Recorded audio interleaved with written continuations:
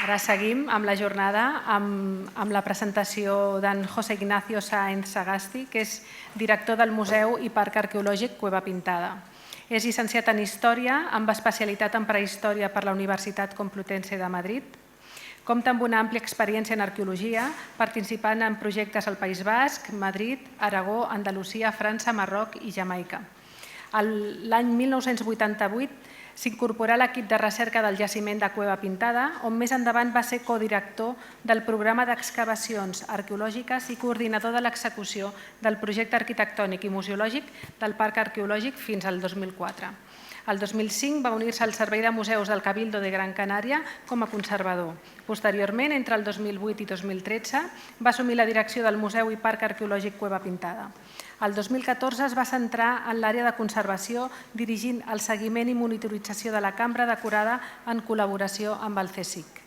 Aquest any ha tornat a ocupar la direcció del Museu i Parc Arqueològic Cueva Pintada, consolidant la seva trajectòria en la gestió, conservació i recerca arqueològica d'aquest destacat enclavament patrimonial.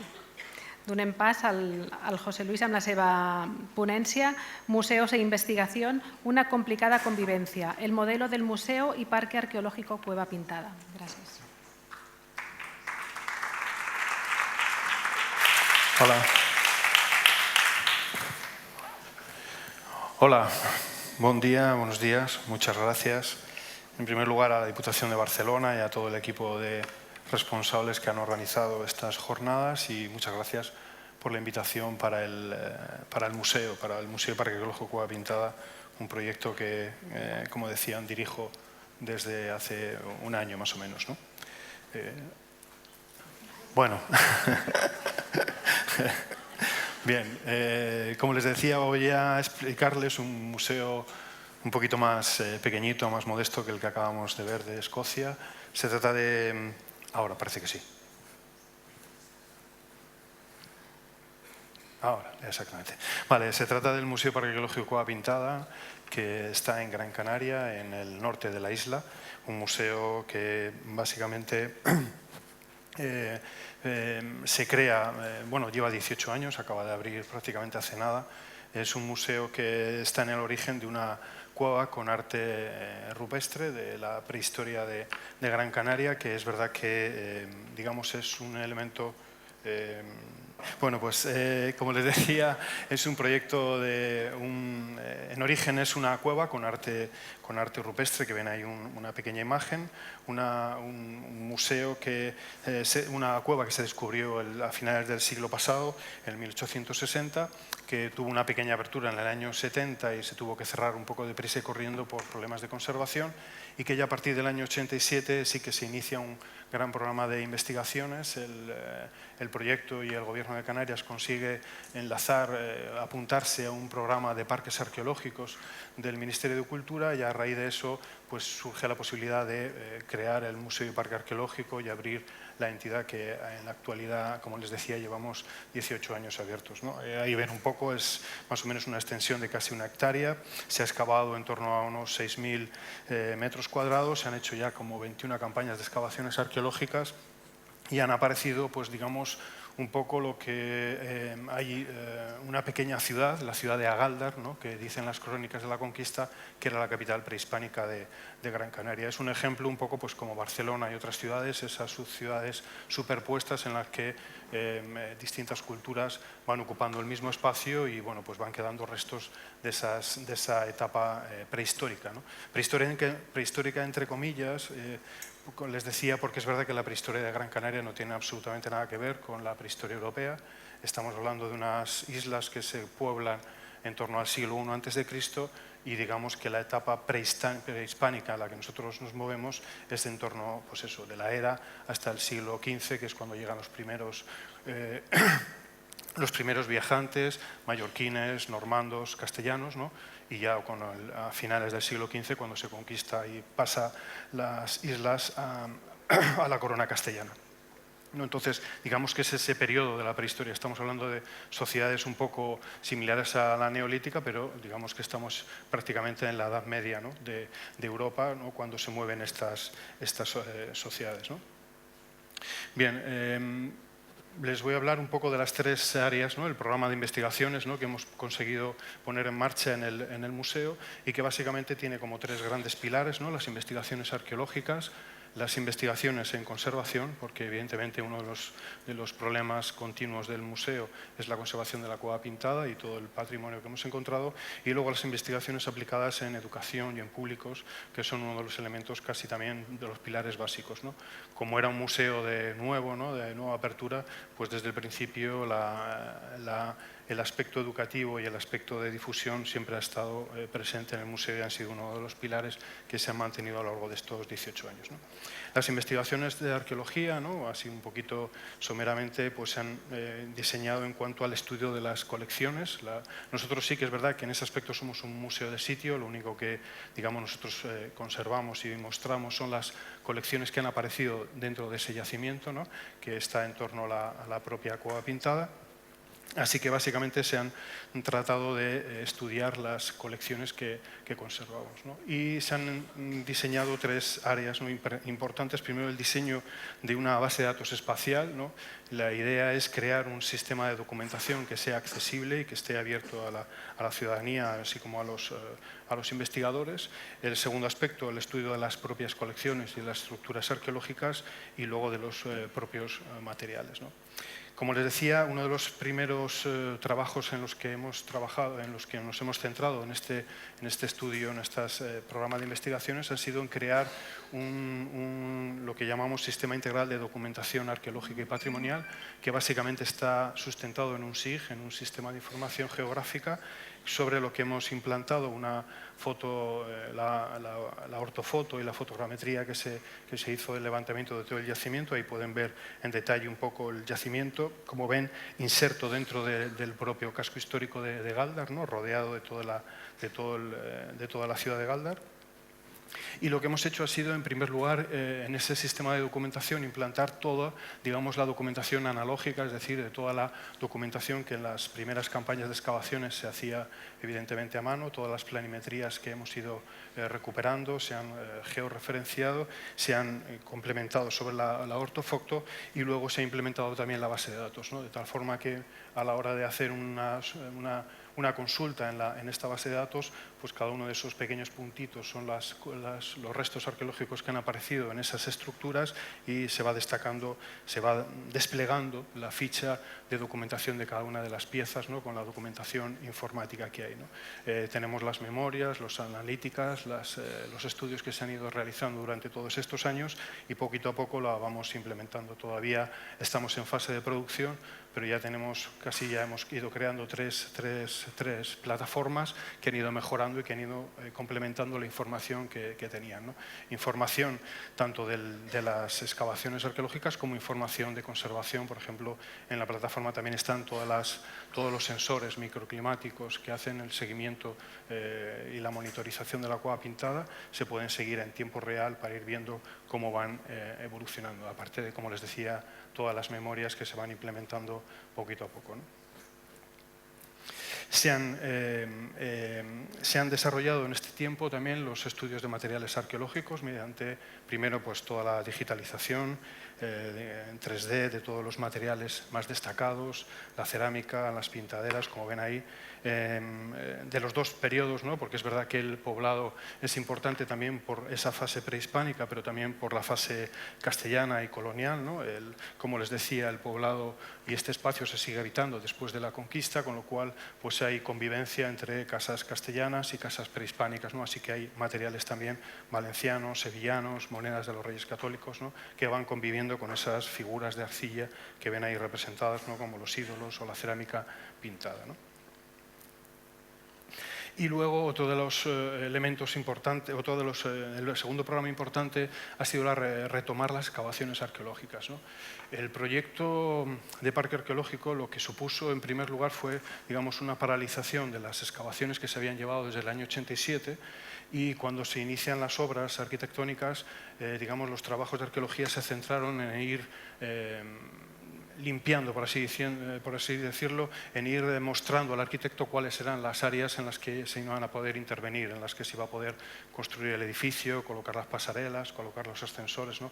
Así que, digamos, toda la investigación arqueológica durante estos años se paralizó para intentar centrarnos en la apertura del museo, ¿no? Así que una vez de que se abrió el museo al público, lo que hemos ido haciendo desde 2013 es retomar las excavaciones arqueológicas, ¿no?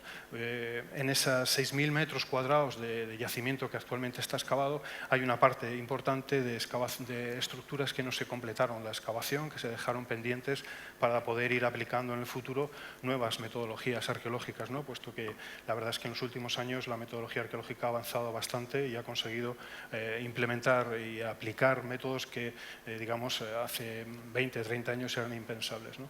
Así que lo que hemos hecho ha sido un programa de excavaciones arqueológicas que tiene, digamos, dos áreas o dos aspectos. Uno más profesional en el sentido de excavar con empresas de arqueología en determinadas áreas que son necesarias para la ampliación, por ejemplo, de las visitas, ¿no? O de las infraestructuras que sean necesarias para ampliar la visita, pero al mismo tiempo también se han implementado con campus de arqueología, ¿no? Para estudiantes o personas que acaban de licenciarse en la especialidad de arqueología. Hemos abierto 6 campus, hemos hecho pues prácticamente hasta justo la pandemia, luego ya después tuvimos que pararlo, ¿no? Pero se han ido haciendo 6 campus que dan la posibilidad de que investigadores y que estudiantes, sobre todo, puedan acercarse a la excavación, ¿no? De estos restos, ¿no? Campus de arqueología, además, que ha sido importantísimo para los programas públicos también, ¿no? Porque ha sido la forma de presentar y hacer visible, ¿no? A la ciudadanía cómo es el día a día o cómo son las excavaciones arqueológicas, ¿no?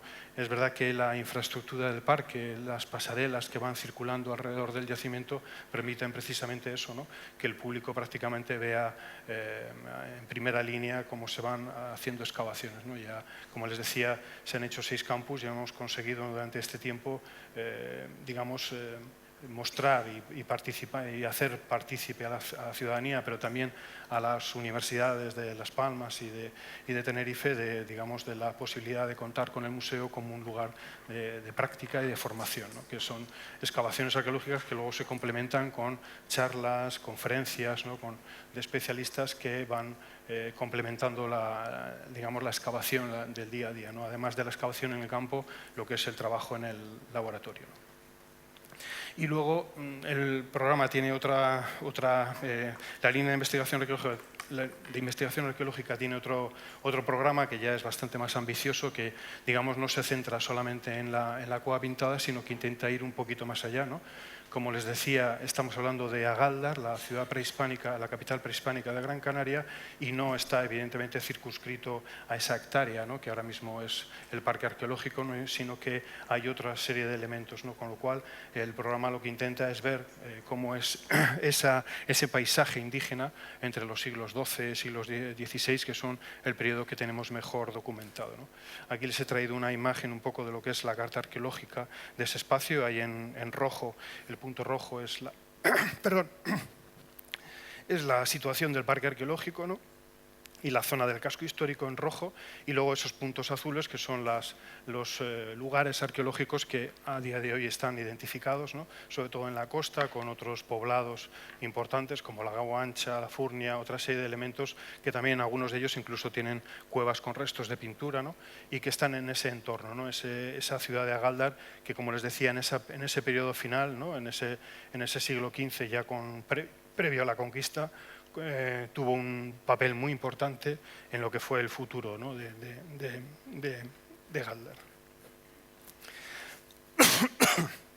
Bien, la segunda línea de investigación, como les decía, está centrada en la conservación. Es un área que ha sido importantísima, ¿no?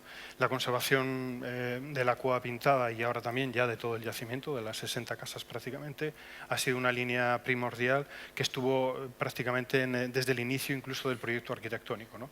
Ya en toda la fase de trabajos, el trabajo que requería el arquitecto fue desarrollado con unos sistemas y con unas líneas de conservación preventiva que obligó durante la fase de... Gracias. Perdón. que obligó durante la fase de trabajos arquitectónicos a utilizar determinada herramienta para poder hacer todas las excavaciones previas para la construcción del edificio, ¿no? Así que, bueno, en esos estudios, evidentemente, el prioritario es el seguimiento de la propia conservación de la cueva pintada, ¿no? De la roca soporte, ¿no? Aquí sí que es verdad que hay un programa de investigación bastante denso, ¿no? Y que queremos desarrollar, que ya hemos empezado en alguna fase de ellos, ¿no? Sobre todo la lectura arqueológica de todo lo que es la cueva pintada, ¿no? Tengan en cuenta que, como les decía, la cueva pintada se descubre en 1860, prácticamente, bueno, no quedan restos de esa época, con lo cual los datos arqueológicos, sorprendentemente, casi el elemento que menos conocemos es casi las propias pinturas, ¿no? El resto se ha podido excavar, ¿no? Así que lo que queremos hacer ahora es intentar ver qué zonas se van a poder hacer algún tipo de excavación en las propias paredes, agujeros de poste del suelo que todavía quedan por excavar. Y sobre todo intentar plantear un estudio tecnopictórico, es decir, ver hasta qué punto somos capaces de identificar cómo se pintó la cueva pintada, ¿no? Tenemos algunas ideas, sabemos que seguramente por lo que dicen las crónicas fue una mujer la que pintó la cueva pintada porque era una de las tareas que tenían encomendadas. Seguramente hay solamente la mano de un artista porque en principio parece que se ven que hay una intención, una identidad en el trazo, ¿no? Pero es verdad que no tenemos todavía todos los datos, ¿no? Así que vamos a hacer un trabajo de fotogrametría de alta precisión para intentar ver si se pueden ver repintes, un poco si se puede ver los trazos de la mano o de los pinceles que se utilizaron, ¿no? Queremos también intentar ver si podemos aplicar nuevas tecnologías en dataciones. Ahora hay nuevas ideas sobre la datación, por ejemplo, del almagre, ¿no? Es el elemento básico, ¿no? El elemento en el que están hechas las pinturas, el almagre, el rojo, que son básicamente arcillas rubefractadas. Y queremos ver si es posible aplicar esas dataciones porque solamente hemos conseguido una datación mediante un mortero que recubre una de las zonas de la cueva con una pequeña semilla en la que conservaba ese mortero y sabemos, digamos, la fase final de la cueva. Queremos ver hasta dónde podemos llegar en las dataciones para ver cuándo igual se construyó o se pintó por primera vez, ¿no? Y bueno, básicamente todo este trabajo de interpretación lo que intenta sobre todo descubrir por qué la cueva pintada está allí, qué funciones realmente tenían, ¿no? Tenemos datos de que tal vez igual hubo algún enterramiento, ¿no? Igual alguna figura clave de esa sociedad prehispánica estuvo enterrado o momificado allí. Saben que uno de los elementos característicos de la arqueología canaria también son las momias, ¿no? Las momias iguales que las de Egipto, pero sí una momificación, un mirlado de los restos funerarios. Y es probable que igual la cueva pintada tuviera esa función entre política religiosa y tal vez igual algún miembro destacado de ese grupo, de ese Guanarteme, ¿no? Que son las figuras, digamos, reyes en época prehispánica, tal vez estuvo allí en la propia cueva pintada, ¿no? Este programa, como les decía, acaba justo prácticamente de empezar, estamos ahora en las primeras fases, ¿no? Alguna de las cosas que ya sí que hemos hecho, por ejemplo, pues ha sido el calco digital, un calco digital de todas las pinturas y del techo, ¿no? Para intentar, bueno, pues tener digamos, ese punto cero de las pinturas, saber en qué punto están después de todos estos años, como les decía. Es verdad que la suerte de la cueva pintada, yo siempre lo destaco, es el respeto que se han tenido por las pinturas. Tengan en cuenta que se descubre en 1860 y que durante muchos años, pues un agujero en el techo, por ahí descendían muchos vecinos y entraban y jugaban y bueno, hacían de todo, pero lo cierto es que las pinturas nunca sufrieron ningún tipo de agresión, ¿no? Así que se han conservado, ¿no? Es verdad que la sociedad galdense cuida mucho el patrimonio prehispánico, porque digamos lo tienen a orgullo, ¿no? Otra de las cuestiones que hemos hecho ha sido un desarrollo ya mural, ¿no? del polícromo, de todo el mural polícromo, aplicando algunos de los filtros con D-Stretch para intentar ver un poco con el símil deportivo de lo que el ojo no ve, ¿no? Intentando ver cuáles son los elementos que no son apreciables a simple vista, pero que parece que están ahí en el propio mural, ¿no? Sí que hemos visto que en algunas zonas hay algunos elementos que se han ido perdiendo, pero todavía quedan trazas de esos antiguos dibujos, ¿no?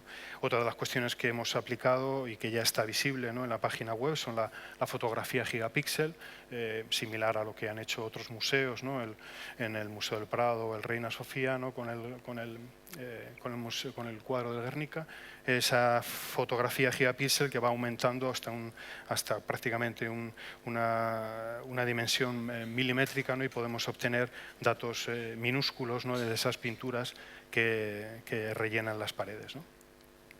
Hemos hecho también la firma espectral, intentando ver. Se habían hecho analíticas hace tiempo, ¿no?, tomando muestras, y ahora estamos intentando ver hasta qué punto somos capaces de ver, identificar cuáles son los colores reales que tienen las pinturas sin tocarle el soporte, ¿no? Y un último elemento muy importante ha sido el escaneado de alta resolución, submilimétrico, para intentar tener, como les decía, esa foto fija, ¿no?, intentando ver cuál es el estado de conservación a día de hoy de la cueva pintada, y ver cómo va evolucionando poco a poco, ¿no? Vale, otro de la segunda línea de estudios dentro de esta de conservación es el seguimiento, ¿no?, el control para la conservación de las estructuras arqueológicas, ¿no? La monitorización de la cueva pintada es esencial, ¿no?, y se ha conseguido durante todos estos años colocar una serie de sistemas bastante innovadores para tener un conteo diario de cómo es el estado, ¿no?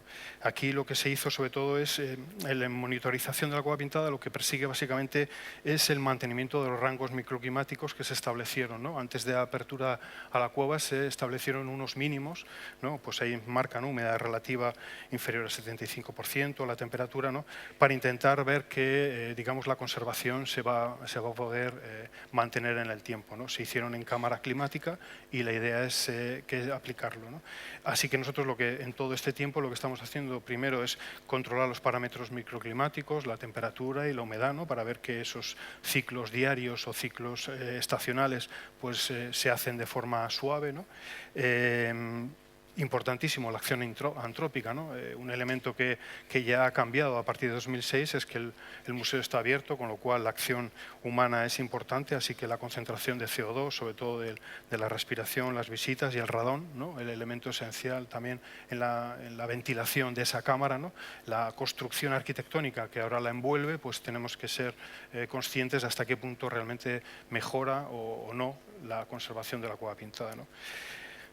Otro elemento esencial, ¿no?, el entorno. Como les decía y como han visto en las imágenes, estamos en mitad de la ciudad de Galdar, una ciudad que es bastante viva y que tiene una actividad comercial importante, ¿no? Así que, bueno, pues esas partículas de polvo que se mueven diariamente en un ambiente bastante árido, ¿no?, y otro elemento importantísimo, ¿no?, esas concentraciones de black carbon que emiten los coches, ¿no?, el tráfico rodado que está alrededor de la cueva pintada, pues es importantísimo ver hasta qué punto, a pesar de todos los filtros que nosotros hemos puesto, son capaces de entrar, ¿no?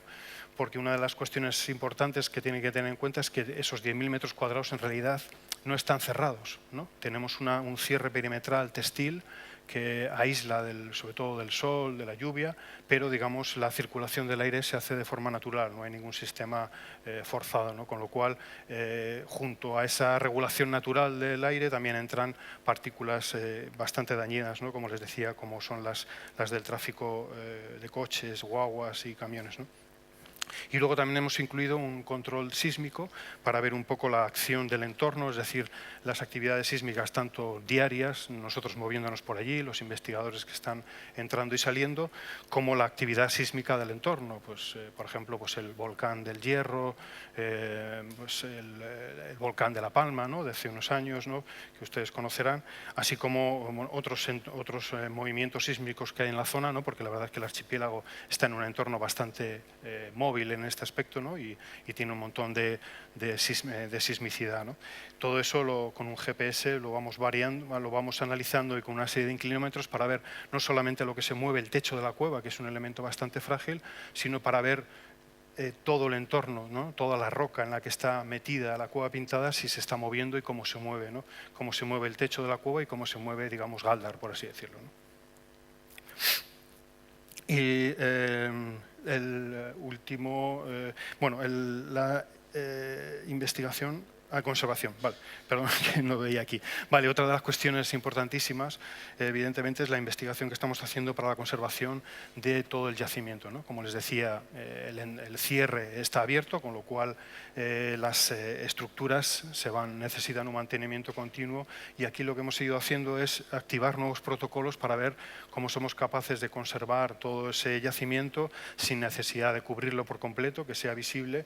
Así que, pues, por ejemplo, pues, con la restauradora y los especialistas en restauración, pues inventamos un sistema mediante unas láminas de silicona para intentar proteger las zonas donde se iba depositando, lo que les decía antes, el black carbon, ¿no? Esa contaminación de los coches que estaba ennegreciendo, por así decirlo, el yacimiento, ¿no? Así que hemos ido haciendo distintas pruebas y todo ese tipo de cuestiones se están aplicando, digamos, diariamente, no solamente en el yacimiento, sino en las colecciones, ¿no? De las 60 estructuras y prácticamente 1.600 piezas que se han ido restaurando a lo largo de estos 18 años, como les decía, de actividad del museo. Y por último, la tercera pata, digamos, de investigación, una de las principales es la investigación aplicada en presentación y en difusión, ¿no? Desde que abrió el museo al público, uno de los elementos esenciales, como les decía, fue este aspecto, ¿no? Así que prácticamente desde que abrió el museo, pues se han ido desarrollando distintos estudios de público y de aceptación de la infraestructura, del proyecto, ¿no? Para intentar tener, digamos, una base sobre la cual luego poder aplicar los distintos estudios, ¿no? En primer lugar, sobre todo, evidentemente, sobre el balance del público, ¿no? Pues ahí les dejo números así un poco generales. Casi más de 900.000 personas ya han visitado el museo, ¿no? Tengan en cuenta que Galdar es una población de 24.000 habitantes, es decir, no es la ciudad de Las Palmas, que tiene más de 300.000. Así que, bueno, para una ciudad como Galdar, que no está en absoluto en la zona turística de la isla, ¿no? Estamos en el norte, pues son cifras bastante importantes, ¿no? Ahí ven un poco el desglose de esas cifras a lo largo de estos años. Después de la pandemia hemos ido subiendo otra vez y, bueno, pues ahí ven las cifras del año pasado, más de 71.000 personas que se acercaron al museo, ¿no? En centros educativos, otro aspecto importantísimo, ven ahí también, prácticamente 15.000 alumnados han pasado ya por el museo, ¿no? en este periodo. Bien, hay un poco las etapas que hemos ido identificando, infantil, primaria sobre todo, es el elemento en los que más hemos incidido, ¿no? Son los programas de primaria los que desde que abrió el museo han tenido más importancia, ¿no? Y ahí, bueno, un poco la relación general, más o menos el 16% del total son los centros educativos y el 77% sería el público general, ¿no? Turista que ve el museo, ¿no? Y un poco la relación, un poco de ahora mismo de visitantes que ven ahí, el 30% son extranjeros y el 27% prácticamente de Gran Canaria, con lo cual, como ven, tenemos una gran influencia en lo que es en nuestro entorno más próximo, ¿no? Pero también de Península y Baleares, como ven ahí, son también casi un 30%, es una cifra que son muy importantes, como les decía, para una ciudad como Galdar, ¿no? Bien, ahí ven un poco la distribución por visitantes de extranjeros. Austria, Alemania, la zona de Alemania, que siempre ha sido la más receptiva por el museo, pero últimamente Francia, Bélgica, Italia son un público que cada vez crece más, ¿no? Y que le va quitando importancia a los otros públicos. Bien, los programas públicos que, bueno, son bastante importantes y se han desarrollado, tanto las visitas, títeres y visitas nocturnas que hacemos al museo, que son programas que se han ido diversificando a lo largo de estos 18 años y que poco a poco vamos complementando, ¿no? Y, por último, los programas educativos, ¿no? Que son, como les decía, algunos de los elementos que hemos trabajado más detenidamente, ¿no? Hemos intentado hacer una planificación estratégica, ¿no? En educación, ¿no? Es verdad que la nueva ley de museos de la nueva ley de patrimonio de Gran Canaria, pues les da la importancia que tienen otra vez, ¿no? La investigación y la educación son elementos básicos. También la LOMLOE, la nueva ley educativa, las actividades actividades extraescolares pasan a tener una mayor importancia dentro de lo que es la educación del día a día, ¿no? Y digamos que lo que hacemos es que los programas educativos intentamos trabajarlos en equipos interdisciplinares con conservadores, profesionales de la museología, especialistas en didáctica, que van desarrollando planes generales para luego irse aplicando, ¿no? Estos proyectos se van aplicando tanto con el personal del propio Cabildo como con las empresas que tiene el museo contratadas, empresas de servicios para el desarrollo de determinadas actividades y evidentemente luego con la colaboración de programas, como les decía, con la universidad, tanto la Universidad Autónoma como la Universidad de Las Palmas de Gran Canaria, ¿no? Los programas son bien programas base, que serían básicamente las visitas que hacemos diarias, ¿no? Que son básicamente la visita al centro, ¿no? Independizando o separando muy claramente lo que son las visitas infantiles de secundaria, ¿no? Las visitas infantiles hacen una actividad un poco alternativa, ¿no?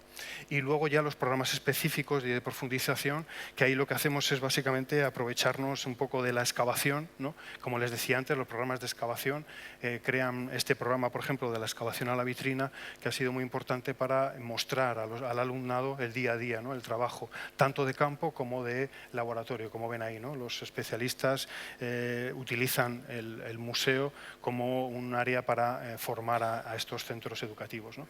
Pero también los centros educativos han cogido, digamos, el museo como un espacio más, ¿no?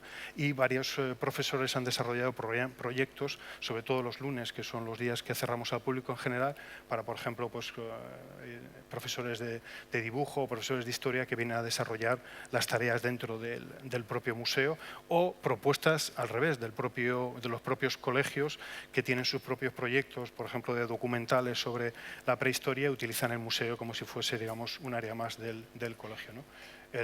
La celebración del DIN. Y bueno, una de las cuestiones así en investigación más desarrollada o más importantes que hemos ido haciendo es que hemos creado un espacio que se llama el ILAB, que es básicamente un espacio de concentración para programas educativos específicos, ¿no? Sobre todo en este caso para programas para intentar ver hasta qué punto somos capaces de transmitir el mensaje que queremos, ¿no? Esa es una de las cuestiones importantes, ¿no? Este área tiene digamos un aspecto como de laboratorio, con lo cual allí se puede trabajar de forma complementaria con los profesores y con los alumnos, ¿no? Utilizando herramientas modernas como son las tablets o los ordenadores, ¿no?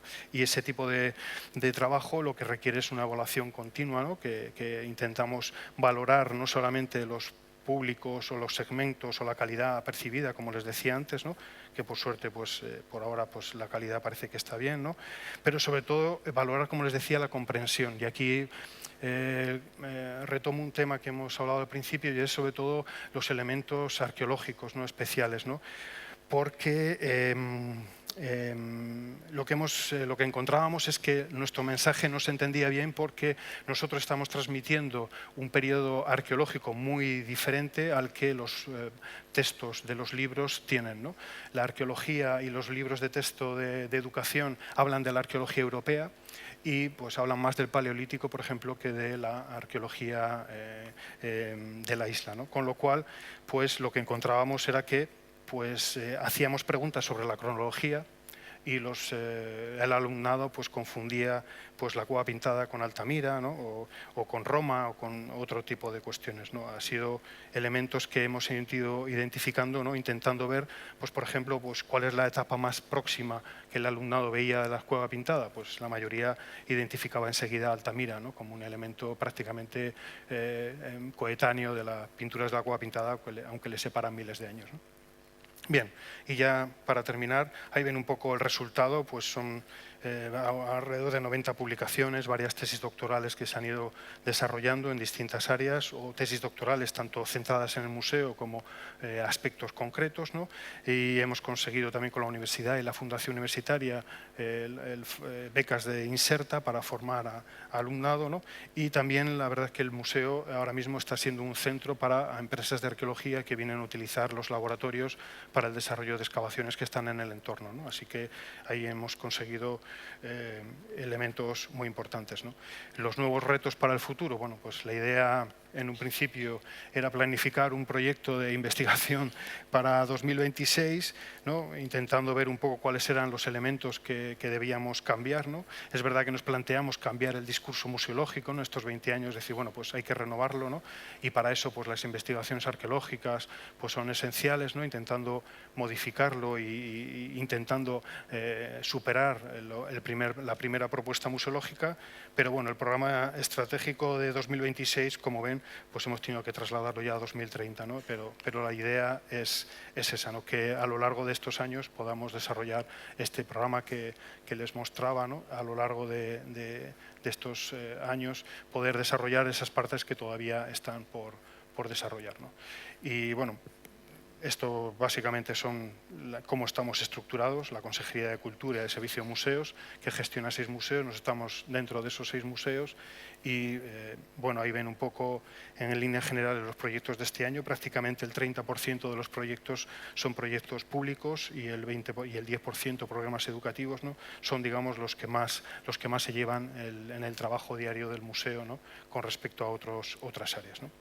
Y bueno, si no conocen el museo, pues yo les invito a ir, están ustedes invitados a visitar Galdar y a visitar la Cueva Pintada. Muchas gracias.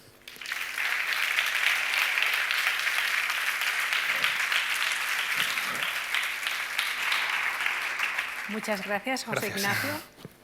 Tenemos un comentario vía Zoom y también una pregunta. El comentario es de Tabata Domínguez, desde el Museo Arqueológico de Fuerteventura, que nos dice que Cueva Pintada tiene uno de los mejores programas arqueológicos de conservación y educativos de Canarias. Y la pregunta nos la hace María José de Valencia, que pregunta cómo tenéis planteada la difusión online de vuestros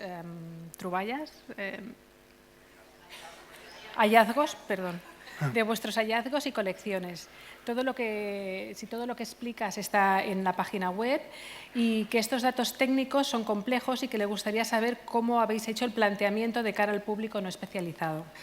Vale, bueno, pues digamos que hay 2 planteamientos. El primero es lo que les mostraba del SIDAP, esa plataforma, ese sistema SIG. Está pensado para especialistas, pero está pensado para el público en general. También ahí, digamos, está toda la información más técnica, pero también están todas las fotografías, todas las memorias, algunos de los materiales arqueológicos que se han ido encontrando para que se consulten de forma abierta, ¿no? Luego, evidentemente, los investigadores tienen otra serie de accesos, ¿no? Pero luego también, sobre todo, es la página web. En la página web, desde hace ya pues 2 años, creamos un espacio específico del Museo Digital y ahí pues todo lo que han visto ustedes, desde el calco digital, el gigapíxel, todo el escaneado de fotografías 3D de los materiales, bueno, esos están en la plataforma Sketchfab, pero también están allí, o sea que todo ese material se puede consultar en forma libre a través de la página web. Es verdad que ahora, justamente ahora, el Cabildo está actualizando y cambiando la web y pues en estas semanas, yo creo que a principios de año ya estaremos en la nueva plataforma, pero todo ese material está abierto, ¿no? Y en general, las líneas generales de los programas educativos también están, todas se pueden consultar en la web. Perfecto, gracias. Laura Costa nos pregunta ¿qué plantilla de personal tiene el museo? ¿Cuántas personas? Sí, bueno, creo que estaba en una diapositiva, pero ahora mismo somos 47 personas, creo que son 26 a tiempo completo, el resto a tiempo parcial, y son entre personal funcionario del Cabildo de Gran Canaria y empresas de servicios que desarrollan determinadas áreas, ¿no? Digamos que lo que es la coordinación, gestión y el control de todos los programas se desarrollan a través del personal funcionario y luego hay determinadas cuestiones que desarrollan empresas concretas, educativas, o bien la visita general con guías, o bien ya visitas específicas para determinados tipos de público, tanto escolar como, por ejemplo, pues el programa que tenemos de hace poco de La Cueva Pintada te acoge, ¿no? Que son básicamente programas con niños con problemas que se han identificado con TEA, ¿no? Pues hay un programa específico con unos monitores específicos para ello, ¿no? Muy bien, perfecto. Y pregunta de Oliva Cachafeiro. Le gustaría saber si en cuanto a la investigación en la cueva se tiene en cuenta la perspectiva de género, la arqueología feminista. Bueno, en realidad se ha tenido en cuenta prácticamente desde que se inició el museo, ¿no? porque tengan en cuenta que cuando nosotros planteamos la museología, digamos que la visita que se hace general al museo, pues hay una serie de audiovisuales donde primero te integran o te hacen ese viaje al pasado, como les decía, ¿no?, que hay que hacer cualquier persona que viene de la península de Europa para intentar comprender la arqueología y los periodos arqueológicos que hay en el archipiélago. Entonces, el personaje que realmente va a acompañar al visitante a lo largo de todo el museo es Arminda, que es una de las princesas que tenemos constancia por las crónicas que vivió en ese periodo, en ese yacimiento, ¿no? Así que digamos que ya desde el principio, en vez de elegir la figura de Guanarteme, que era, digamos, el rey del poblado y el rey de Galdar, elegimos la figura de una mujer, ¿no? Y bueno, lo hemos tenido en cuenta, como les decía, ¿no?, pues muy en cuenta a la hora de los pequeños textos que tenemos en el museo. La cerámica sabemos que la hacen las mujeres, queda muy claro en la visita que son las mujeres las que lo hacen. Las pinturas, dejamos muy claro que las pintó seguramente una mujer, porque así son los datos que tenemos. Así que en ese aspecto, bueno, y luego, bueno, tendría que mirar las estadísticas de personal, pero yo creo que el 65% del personal del museo también son mujeres, ¿no? Hemos tenido en cuenta ese tipo de cuestiones y de hecho se han desarrollado algunas de los programas de investigación que hemos visto ahí en el listado, son de perspectiva de género. Sí. Estupendo, gracias. No sé si en la sala hi ha alguna pregunta. No? Doncs, si us sembla, bueno, muchas gracias, José Ignacio, por tu ponencia. Gracias.